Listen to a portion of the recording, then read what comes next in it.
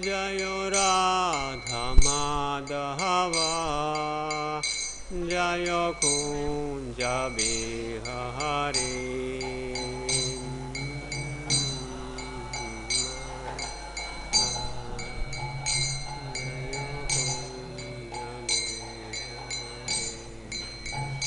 Jayo Gopi Janna Vallabha Jayo Giri Varadhari Jayo Giri Varadhari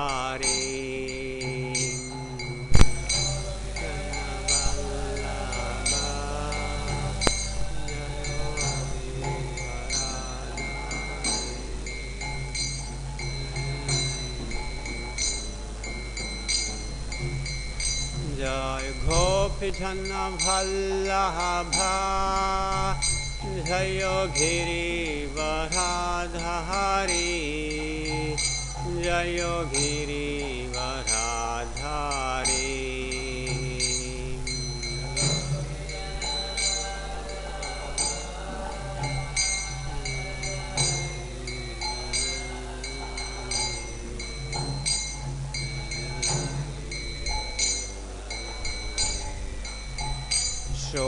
Shodanandana Brajajana Ranjana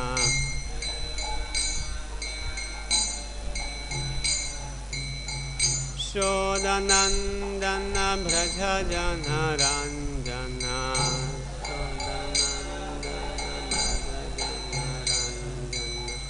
Yamuna Tira Vanachari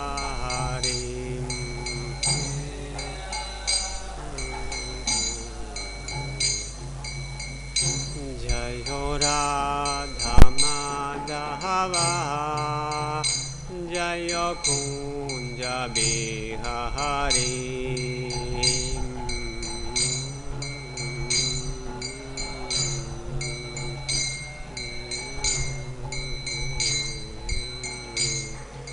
Radha Madhava Jayo Kunja Bihari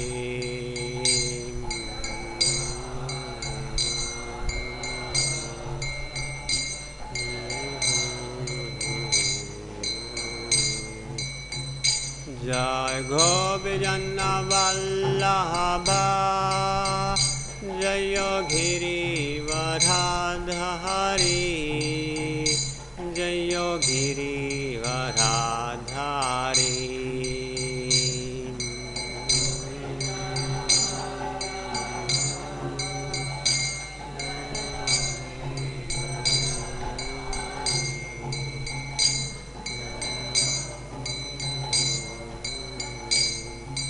Gopi Janna Vallabha Jayo Giri Varadhari Jayo Giri Varadhari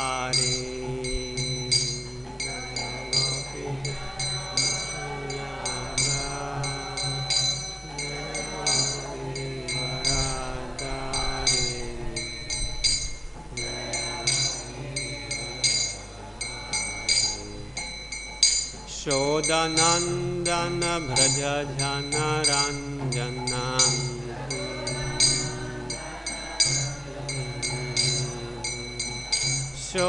Shodanandana Brajajana Ranjana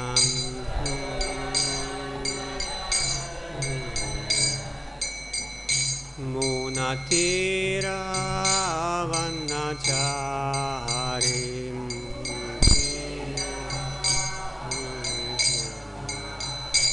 Munatira Vanachari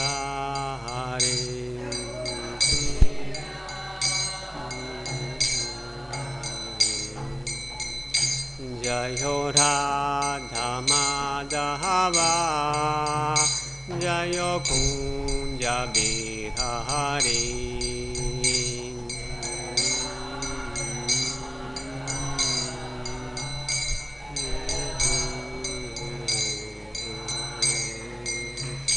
Jayo Radha Madhava Jayo Kunja Bihari.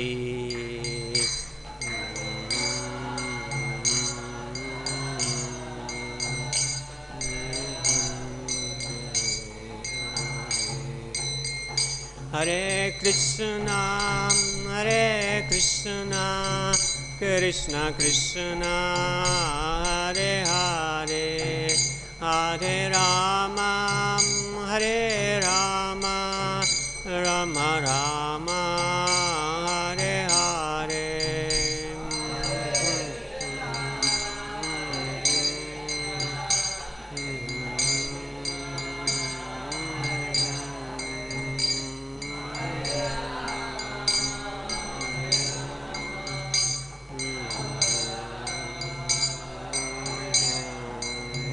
Hare Krishna, Krishna Krishna, Hare Hare, Hare Rama, Rama Rama, Hare Hare. Krishna,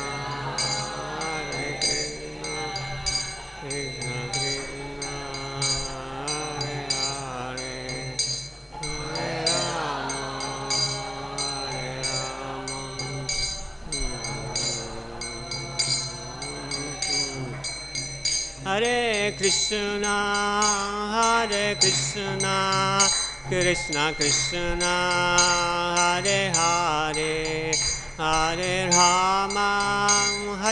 Rama, Rama Rama, Hare Hare. Hare Krishna,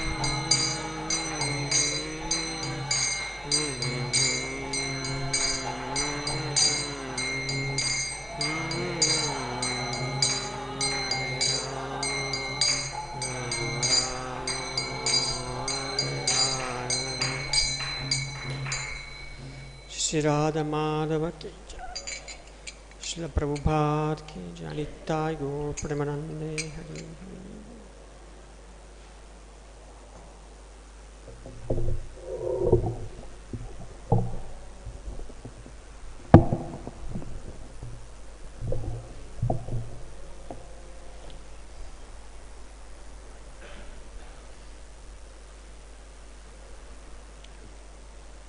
This morning we are reading from Srimad Bhagavatam, Canto 1, Chapter 18, verse 38. Om Namo Bhagavate Vasudevaya.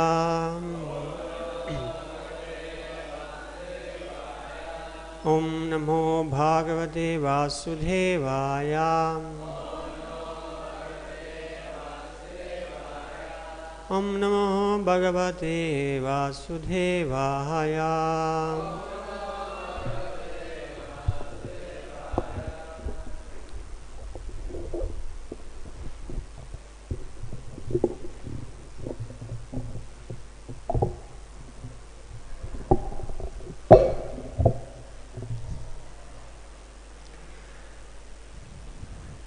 Tato bhyetyāśramaṁ bālo.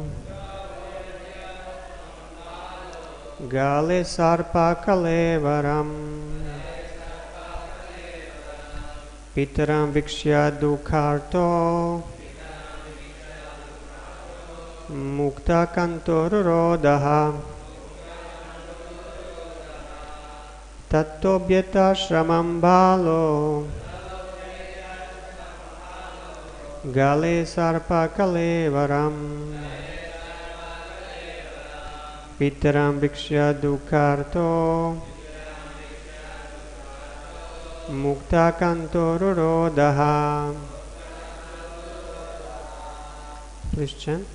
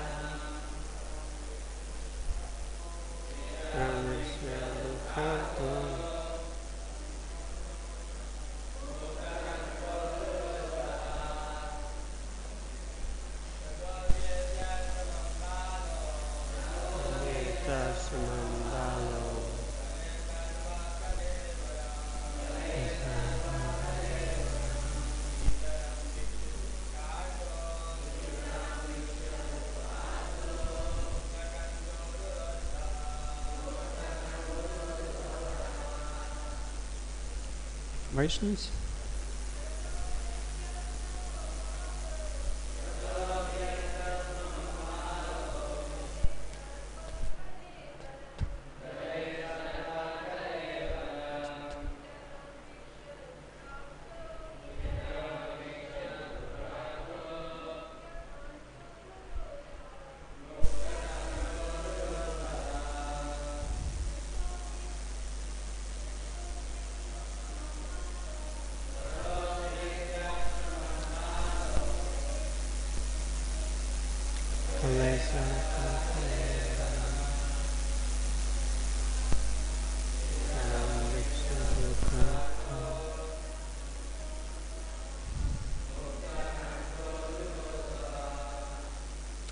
Word by word, tataḥ, thereafter, abhyetya, after entering into āśramam, the hermitage, bālo, boy, gale sarpa, the snake on the shoulder, kalevaram, body, pitaram, unto the father, vīkṣya, having seen, duḥkha-ārtaḥ, in a sorry plight, mukta-kaṇṭhaḥ, loudly, ruroda, cried, ha, in the past. Translation and purport by His Divine Grace A.C. Bhaktivedanta Swami Srila Prabhupada. Thereafter, when the boy returned to the hermitage, he saw a snake on his father's shoulder, and out of his grief he cried very loudly. Purport. The boy was not happy because he committed a great mistake, and he wanted to be relieved of the burden on his heart by crying. So after entering the hermitage and seeing his father in that condition, he cried loudly so that he might be relieved. But it was too late. The father regretted the whole incident. Om Ajnana-timirandasya Gyananashalakaya Chakshur Unmilitam Yena Tasmai Shri Gurave Namaha. Nama Om Vishnupadaya Krishna Prasthaya Bhutale Srimate Bhaktivedanta Swamini Namine. Namaste Saraswati Devi Ghoravani Pracharine Nirvishesha Shunyavadi Paschata Deshatarine. He Krishna Karuna Sindho Dhina Bandho Jagatpate Gopesha Gopika Kantha Radha Kanta Namostute Taptha Kanchana Gorangir Hade Vrindavaneshwari Vrishabhanu Sute Devi Pranamami Hari Priye Namo Mahavadanyaya Krishna Prema Pradayate Krishna Krishna Chaitanya Namne Gorat Vishre Namaha. Jai Shri Krishna Chaitanya Prabhu Nityananda Shri Advaita Gadadhar Shivasadi Ghora Bhakta Vrinda. Hare Krishna Krishna Krishna Hare Hare Hare Rama Rama Rama Hare Hare. Vanjakalpatarubhasya kripa sindhubhya evacha patitanam pavanebhyo vaishnavebhyo namo namaham.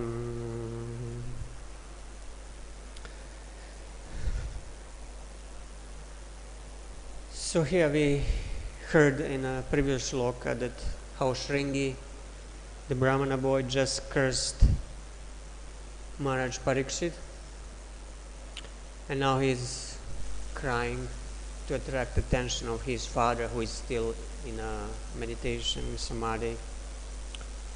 So the boy, he took very small offense to his father very seriously, and being less intelligent, under the control of the lower gunas and qualities like anger, he foolishly cursed the emperor and basically killed him, sentenced him to death out of sheer vanity and pride of being a Brahmana. And in this way he committed a sin that is punishable. It's not correct to say that because he was a child it's not a sin. It's still a sin. Of course, reaction might be lesser than for adult person committing the same sin, but it's still a sin. You cannot have kids running around with the machine guns and killing everybody, and they can say, oh, we are just small kids. It's not a sin. No, it's still a sin. So now, but he felt he did something wrong still, and now he is crying. So his first reaction when he heard that Maharaj Parikshit put that snake around the shoulders of his father, that he felt strongly offended. And then he felt angry. And then in that anger, he cursed. And through cursing, he got relief from anger. But now he feels guilty, and now he is crying to relieve that feeling of being guilty. So this feeling of being offended that caused everything is actually a problem not only for Shringi, but it's a problem for everybody who has a false ego. False ego is the one who feels offended. Our false identification with this material body feels threatened.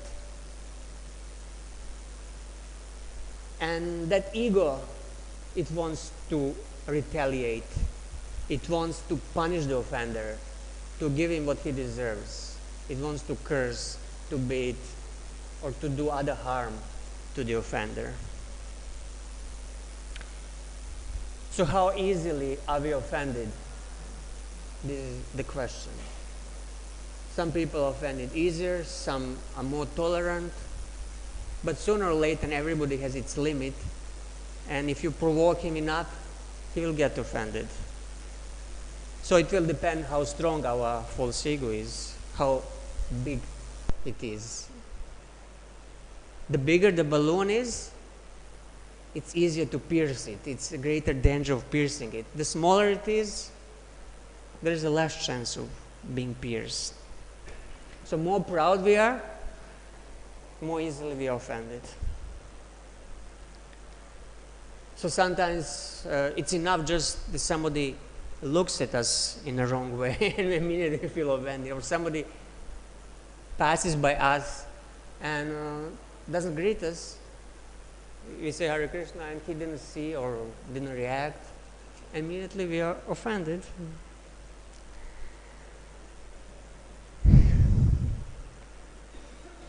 So,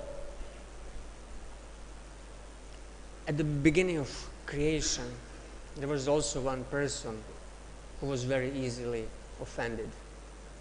It was Prajapati Daksha, direct son of Lord Brahma. Once it happened that the demigods had Lord Brahma perform a sacrifice, and there was a sacrificial assembly. At one point in this sacrifice, Daksha, he walked in.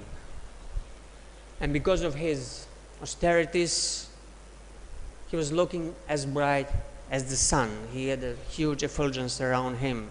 So the entire assembly was illuminated, and out of respect, everybody got up to greet him. That's what you do when a senior person enters the room. All the juniors, they get up and they fold their hands. So similarly, all the demigods who were junior to Daksha, they got up and greeted him. Only two persons remained seated. One was Lord Brahma, who of course was Daksha's senior. Another one was Lord Shiva, who was also senior but not in Daksha's mind. So Daksha, he adequately welcomed everybody there who was present there, and then he offered his obeisances to Lord Brahma, and then he took his seat. But before taking his seat, he felt very much offended just by seeing Lord Shiva, who was actually his son-in-law, seated there without greeting him. And feeling greatly angry, he began to speak very strongly against Lord Shiva. he basically blasphemed him. He said, he has eyes like a monkey's, yet he has married my daughter whose eyes are like the eyes of a doe. So nevertheless, he did not stand up to receive me, nor did he think fit to welcome me with the sweet words. And then he started speaking all the things he thinks that Lord Shiva does wrong. He lives in a filthy place, it's like crematorium, and his company is ghosts and demons. He's naked like a madman, sometimes laughing, sometimes crying. He smears ashes over his body, he doesn't bathe regularly, and he ornaments his body with a garland of skulls and bones.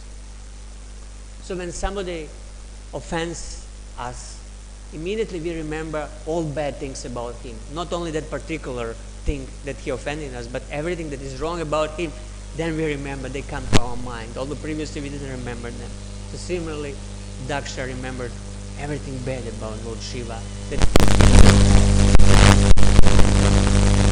And then Daksha was his āśramam and cursed. He took his Brahman thread and cursed Lord Shiva with the following words. He said, the demigods are eligible to share in the oblations of sacrifice, but Lord Shiva, who is the lowest of all the demigods, should not have his share. That was his curse. And in those days, curse worked. And Lord Shiva, since then, is not participating in getting oblations during the sacrifices with other demigods. So this one curse caused the reaction of other curses and contra curses. So who felt offended after this? Not Lord Shiva personally didn't really feel offended, but Nandishvara, the Lord Shiva's main associate, became very greatly angry. His eyes became red, and he prepared to curse Daksha. And everybody else who was there and who did not react to the curse that Daksha gave to Lord Shiva. So he said that Daksha has accepted his body, material body, as all in all. Therefore, since he has forgotten the Vishnupad, the Vishnu and Vishnugati, the shelter of Lord Vishnu and the aim of life, and he is attached to sex life only, within a very short time he will have a face of a goat. And if you remember, just a little later, Daksha got the head of a goat. So the curse worked. And he also cursed the others present there who supported Daksha by not protesting. May those who are envious of Lord Shiva, being attracted by the flowery language of enchanting wedding promises, and who have thus become dull, always remain attached to karma-kanda, to fruitive activities. May they eternally continue in a repeated cycle of birth and death. And of course, all the Brahmanas, when they heard this, they felt offended. So somebody had to curse now on their behalf. So it was a Bhrigu Muni, who was the eldest of all the Brahmanas. So he contra-cursed all the followers of Lord Shiva with a very strong Brahminical curse. He said, since you, all the followers of Lord Shiva, blaspheme the Vedas and the Brahmanas, who are all the followers of Vedic principles, it is understood that you are all atheists. So I curse you to become atheist and stay atheist forever, and to adopt the doctrine of atheism. So we can see now that some of the followers of Lord Shiva could be quite materialistic and atheistic due to this curse of Bhrigu Muni. So in this way, we know the story, what happened after the great destruction ensued, that the big demon was created, and Daksha lost his head, and all the Brahmanas were killed or injured. So this cursing and contra-cursing just creates havoc. It just provokes the false ego of others, and they have to react, and and do something also for revenge, and it's not leading to any solution. We have another example of this cursing, contra-cursing in Puranas, in the example of Vishwamitra and Vasishtha Munis, who two Brahmarishis who were quite inimical towards each other, which you wouldn't expect from great rishis, to have such a hate and anger towards another Muni and Rishi. It's a long history. It all started when Vishwamitra, who actually was a kshatriya, he was a rajarshi, he was a king. He came once to the hermitage of Vasishtha Muni, and Vasishtha told him, "Oh, please just go with all your soldiers, take bath, and by the time you come back, I'll prepare a meal for all of you." So all his thousands of soldiers, they all went to the nearby river, they took bath, and they came back, and the great feast was already there. And Vasishtha Muni had just a small hut and practically no facilities. So he was greatly perplexed how this happened. How could this humble rishi, forest dweller, could prepare such a feast in just half an hour, in a short time, while they were taking bath? So he inquired from Vasishtha, "Please tell me, how come that you prepare such a wonderful feast for all of us?" And Vasishtha revealed to him his secret. He said, "My Kamadhenu cow, she produced this." And then when Vishwamitra saw this Kamadhenu, he became so greedy to have it that he asked, "Can you give me your Kamadhenu? I'll give you thousands and hundreds of thousands of cows in return." Of course, Kamadhenu first protested, "No, I'm not going to go with him." And Vasishtha said, "No, she doesn't want to go." And then Vasishtha, the Vishwamitra, he tried to take it by force. He ordered his soldiers to take the Kamadhenu. But then the Kamadhenu produced thousands of soldiers who were just emanating from her body, and who all defeated Vishwamitra's soldiers. So Vishwamitra and his soldiers, in shame, they had to leave. But since then, he harbored in his heart the enmity towards this Vasishtha. Although all Vasishtha did was to serve him a lunch, but because of envy, he harbored enmity towards him. And later they had many encounters of quarrel and fight between each other. And on one of such occasions, they met in the forest, and Vasishtha, he scolded him that he was giving trouble to his disciple Harishchandra, the king. He scolded him, "Why do you put this truthful Harishchandra into so much misery? You're deceiving him as the stork bird sits in a meditation and deceives the fish. So I curse you to become a stork." So Vishwamitra, he looked back at Vasishtha and he cursed him back. He said, "So as long as I'm a stork, you shall be a kingfisher, another bird." So in this way they cursed each other, and immediately they became birds, stork and a kingfisher. And they lived on the top of the trees, and their daily business was to fight with each other. They were fighting with their beaks, pecking each other on the head, and they had profound wounds, and the blood pouring from their bodies. And everybody who saw these two birds in such a condition, with so much enmity, fighting each other, everybody was and everybody felt sorry for them. It went on for a long time until Lord Brahma felt sorry, and he came and he delivered them from the curse and gave them their previous human forms. So in this way, again, one more example how cursing and contra-cursing in revenge doesn't lead to any peaceful solution. Regarding this situation, when Daksha entered the assembly and Lord Shiva didn't react, it's not that everybody has to react in the same way. We had a similar situation where Brihaspati, the spiritual master, the guru of the Devas, he entered the Indra's assembly, And Indra was sitting there on a big throne with his wife, Sachi, and the servants were fanning him and worshipping him, and the apsaras were dancing. And although he saw his spiritual master entering, he also didn't pay any attention. He didn't greet him. He didn't get up. But in contrast to Lord Shiva, who was senior to Daksha and who had a right to remain seated, Brihaspati, the Indra, he was junior to his spiritual master, and it was expected from him to get up, but he didn't do that. So Brihaspati, he could have cursed him on the spot. He could have gotten angry and cursed him on the spot, but he didn't do this. He remained self-controlled, but he just saw that he was not welcome there. So he just turned back and left. And not long after that, Indra felt, oh, I made a big mistake. And he felt repentant.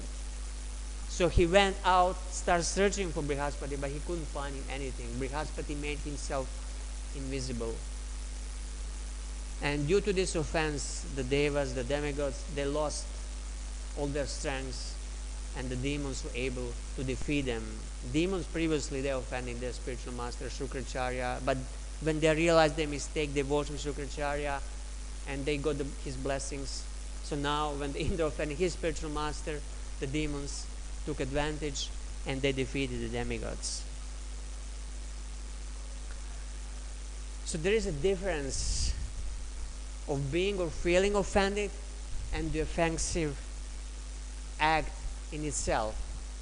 Somebody can do something that might be offensive or not, but whether we are going to feel offended about that, it's in our control. Somebody may look at us in a you can say in a evil manner or some wrong manner, and we might notice it, and we might feel offended, or we might think, oh, he's not feeling well or something, who knows what, why he's looking at me like this. So it's our choice how we react to certain actions of other people. And generally those who are more proud, whose ego is bigger, will tend to perceive everything, anything as an offense. So naturally they'll be more easily offended and susceptible to being offended. So they're more vulnerable. And on the other hand, the one who is more humble, he will not feel offended for everything. And the one who is the most humble, he will not feel offended at all. We have example of Haridas Thakur, who was beaten in 21 marketplaces. And he didn't feel slightly offended, actually. He was praying for those who were punishing him. He was praying for them. In Christianity, we also have example of Lord Jesus Christ, who was put on cross and tortured. Still, he was praying for those who were torturing him. So it's a matter of one's humility and an ego, how one will react in certain circumstances that may or may not be objectively offensive. So this cursing, the theme of cursing, is something quite common that you find in a Vedic culture. And nowadays, I don't think it's anybody is doing it, because curses do not work, or at least those who want to curse, they have no qualification to do that. Like they don't have qualification to bless anybody. For example, if you want to punish somebody physically, you need to have a strength to punish the offender. You need to be stronger than him to beat him up. Otherwise, you cannot punish him. Or if you don't have physical bodily strength, if you have money, you can pay somebody to punish him on your behalf. And this is going on. This is still happening.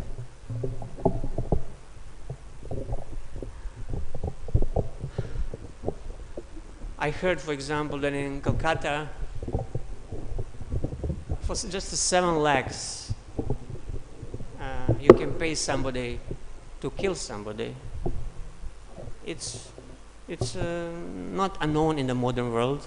Just 7 lakhs for life. So those who have money, if they don't like somebody, they can just pay a professional. He will do the clean job. And these things happen even in the holy dhams. Just recently I was listening to Akincana Maharaj. He was telling his history of being Tamil president in Vrindavan when somebody tried to kill him. And of course it was ordered. Somebody was paid. And while he was in the bathroom, somebody shot him in the back and disappeared. And immediately he knew it was an inside job. Somebody inside of the temple paid for somebody to kill him. I don't know what happened later, whether they caught the killer or the one who attempted to do this. Luckily Maharaj, he survived.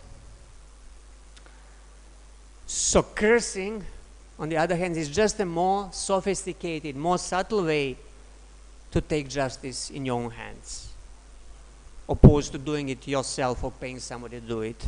But in reality, in essence, it's the same thing. You just want to take justice in your own hands and punish somebody by cursing him. So previously, Brahmanas, they had the power to curse due to their brahmatages, due to their accumulated austerities and knowledge. But after they would curse somebody, part of that sukriti, part of that brahmatages was spent. That means they will lose part of their pious credit just by cursing it. And even nowadays, if you can find some brahmanas who really are brahmanas, who have credit of sukriti, who have brahmatages, I would assume that their curses would work. Many years ago, I knew a devotee who, he was a brahmana, of course, initiated brahmana, but who got very offended at one occasion, at Radhakund actually. He got very much offended by one panda who was harassing him and his wife. So he cursed him there. He snapped his Brahman thread, he told me personally. He snapped his Brahman thread and cursed this panda. Of course, nobody thought much about it later, but it so happened that just after 2-3 months after that his cursing, that man, he died. He actually died. And that devotee, he also got into trouble. He got sick and he went through some really extensive suffering. So he did something wrong, but he got a reaction for that. Of course, cursing itself is not necessarily always bad, as the physical violence might not be always bad and might be required at certain times. So we have an example of Brahmanas cursing Maharaj Vena in the Bhagavatam. So this Maharaj Vena, he was harassing all the citizens and all the Brahmanas. He was completely atheistic. And Brahmanas, they had to do something about it to protect the Brahminical culture, to protect the citizens. So they cursed him, and as the result of that curse, Maharaj Vena died. So this is the example how the curse can be used in a positive way to protect the Brahmanas and the Vedic culture. So it's a quite common thing that we find in Srimad Bhagavatam. So Srimad Bhagavatam starts with the curse of Maharaj Parikshit and then ends up also with the curse of the Yadu dynasty. And in between, we have many examples of cursing and counter-cursing. And often this curse in the Bhagavatam, this cursing is used to carry out the higher plan, to carry out the divine will of the Lord, to facilitate the higher purpose of the Lord or his devotees. Another example comes to my mind that it used the higher purpose It was the example of Vidura, who was, as we know, Yamaraj in his previous life, and he was cursed to become a Shudra, to become Vidura. By whom? By Mandukya Muni. So this Mandukya Muni, he was just a simple sage, a rishi living in his ashram, and once it happened that some thieves, they were hiding in his hermitage, and the police, king's people, they were looking for these thieves, and they caught them in his hermitage, and they thought that Mandukya Muni is also one of the thieves. So the police, they sentenced him to death. They sentenced him to be pierced by the spear. But at the last moment he was saved, because the news was conveyed to the king that this is a great rishi, please don't kill him. So he was released. And the Muni, he was not angry at the king. He got angry at the Yamaraj. He thought, how could Yamaraj punish me like this? Because he knew this is my karma and I'm punished. And the results of karma, the Yamaraj is one who is giving the results of karma. So he went straight to Yamaloka, to Yamaraj, and questioned him, why I was put in such a difficulty to be almost killed. And Yamaraj explained to him, in your childhood, you pierced a small ant with a blade of grass. See, this is the example of the child being punished for a sin. But the Muni, he replied, well, I was just a small child, not really accountable, and this was a too heavy punishment for such a small child. So he thought that the punishment was not right. So he cursed the Yamaraj to become a Shudra in his next life. But actually, it was Yamaraj's desire to get some vacation, to get some holiday from his job of punishing the sinners. This material world is such that there are millions and millions of conditioned souls who are sinners, and Yamaraj has a lot of work to do. So basically he cannot take one day free to go on the vacation. So he was just harboring in his heart a desire of, if somebody would replace me on this post, I could go and preach the glories of the Lord, because he's one of the 12 Mahajans, and his desire is just to preach the glories of the Lord. So Lord, knowing his heart, he arranged Mandukya Muni to curse him, that he can be born as Shudra, as Vidura, and then engage in pure devotional service without a need to punish the sinners. So again, this is the example how the higher will is acting through the curse. So curse often happens to be a blessing.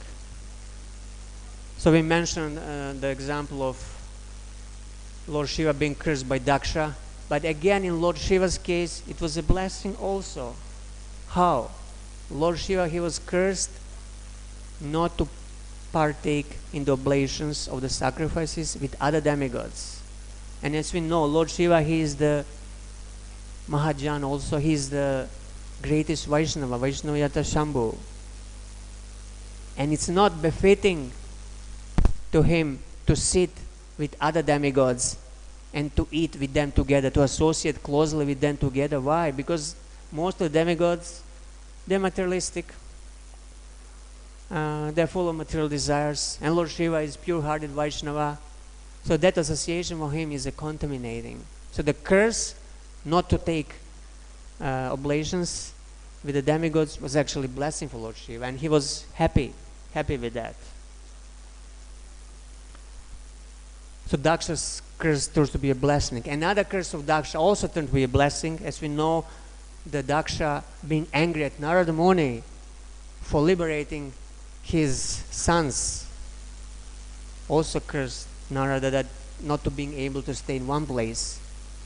And Narada accepted it very, very gladly, because this is his service, to travel all over the universe and preach the glories of the Lord. So when he is cursed not to be able to stay in one place, he is happy. And then again, Jai and Vijay, cursed by 4 Kumaras. Again, the curse is used for divine will to act. The Lord wanted to fight, and nobody in material world is fit to fight him, so he had to arrange for his close associate Jai and Vijay from Vaikuntha to be cursed and come as Hiranyakashipu and Hiranyaksha and fight him. And then in the 10th canto we have Nagalakuvara and Manigriva again being cursed by Narada Muni for being indecent, being naked in front of him, being drunk and intoxicated. But again, because it was a saintly person who cursed, the curse turned into a blessing, and eventually, after standing for many thousands of years as a trees, Nalakuvara and Manigriva, they were blessed by Lord Krishna, liberated by him, and they attained their eternal spiritual forms. So again, the curse was a blessing. And of course, the final curse in Srimad Bhagavatam, we find the curse of the Yadu dynasty. Again, was arranged by the Lord himself.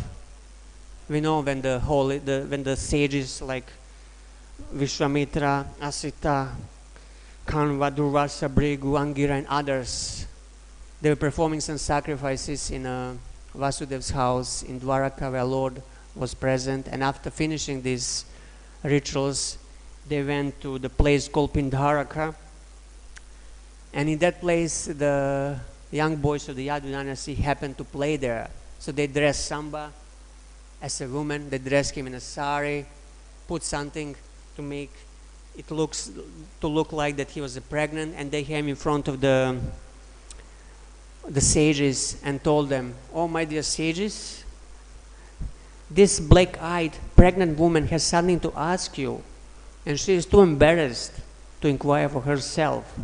She is just about to give a birth and is very desirous of having a son. Since you all have infallible vision, tell us whether the child will be boy or a girl." So this was a very frivolous thing to ask from such sages, to ridicule them basically, like they are fools. So the sages, they became angry, ridiculed. So they told them, "Fools, she will bear an iron club that will destroy your entire dynasty." And when the boys looked under the Samba's sari, they saw that actually indeed there was an iron club there. So they got very upset. They went back to Dwaraka and they told to Ugrasena, and everybody was very, very much upset. And we know they did everything possible to prevent the curse from taking effect. They grinded the club into the powder, they put it in the sea, but nothing of that worked. The fish swallowed the part of the iron, and the other iron got implanted in the sugar cane that was growing the Prabhas Kshetra. And Lord Krishna instructed everybody under these conditions to go to Prabhas Kshetra and do the sacrifices there, rituals to atone for the sin of offending the sages. And after the sacrifice, they were all drinking certain type of wine, alcohol, and they got all so mad that they forgot who they are, and then they start killing each other. And basically this is how Yadu dynasty was finished. They even attacked Lord Krishna and Balaram, who also had to take this sugar cane, which is strong as the iron rods, and to kill them. And at the end, the hunter Jara, he struck the Lord into the heel with that same iron that came from that club. Of course, it couldn't hurt the Lord, so Jara was very sorry, apologetic, and of course Lord forgave him, and he said, "This was all just my plan." So we see again the cursing was used to carry out the divine will, to carry out the will of the providence. So when something unjustly happens, or apparently unjustly, and we are offended, when we are cursed, punished, blasphemed, how should we react? Should we try to fight back, retaliate, curse back, fight back? What we have learned from these examples, well, if it's a daiva, if it's the will of the Lord or providence, you cannot do much about it. It's best to accept it as it is, to accept it as Maharaj Parikshit accepted it. How did he accept it? He accepted it as a blessing when he heard that he was cursed by Shringi. He took full advantage of that awkward situation.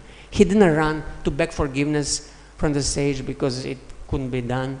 And he could curse back also. He could devise something to save himself from the curse. And he could have prayed to the Lord to be saved from the curse. But he didn't do it because he saw it was arrangement of the Lord. It was divine will of the Lord for him to prepare for the final journey. So he took full advantage. And in this way he achieved the highest perfection of life. So both this Shamika Rishi and his son, they were instruments in fulfilling the desire of the Lord.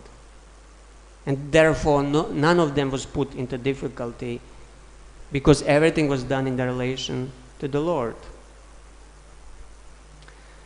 And Maharaj Parikshit, as a result of his attraction to Lord Krishna, it was not very difficult for him to give up deep-rooted affection for his body, for his wife, for his children, for his palace, for his animals, for his horses, elephants, for his treasury, for his friends and relatives, and for his kingdom in the end. He gave up everything in a moment because he had attachment to Krishna. So he took advantage of that situation and he achieved the highest perfection of life. So Srila Prabhupada comments in one purport, there is nothing to be lamented when a matter is beyond the control of any human being. So if we find ourselves in such a situation that the matter is not in our control or is not in the control of any human being, we should not lament, we should not try to fix it, we should just take shelter of the Lord and focus our attention, our meditation and our activities on the Lord and His holy name and accept it as His will and know that it is for our benefit. This is the best. So that's why devotees accept it. Whether you accept it as a providence, will of the Lord, of your own karma, it's the same thing. That's why Lord Brahma prays, Tetenukampam susumikshimano bunjana evatma kritam vipakam hridvagvapabir vidadana maste jiveta ya mukti pade sadhaya bhak. One who seeks your compassion and thus tolerates all kinds of adverse conditions due to the karma of his past deeds, who engages always in your devotional service with his mind, words and body, and who always offers obeisance unto you, is certainly a bona fide candidate for becoming your unalloyed devotee. So this should be a reaction of devotee in such adversaries and awkward situations which we might find ourselves. Okay, let's stop here. If you have any comments or questions. Yes, Mataji, is there a mic?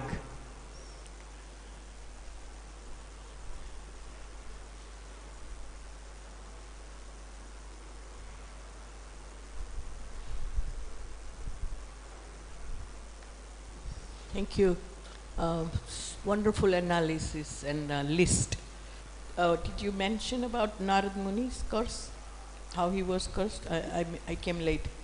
Narad Muni's curse. Narad Muni was cursed in a previous life. Yeah, by... You mentioned?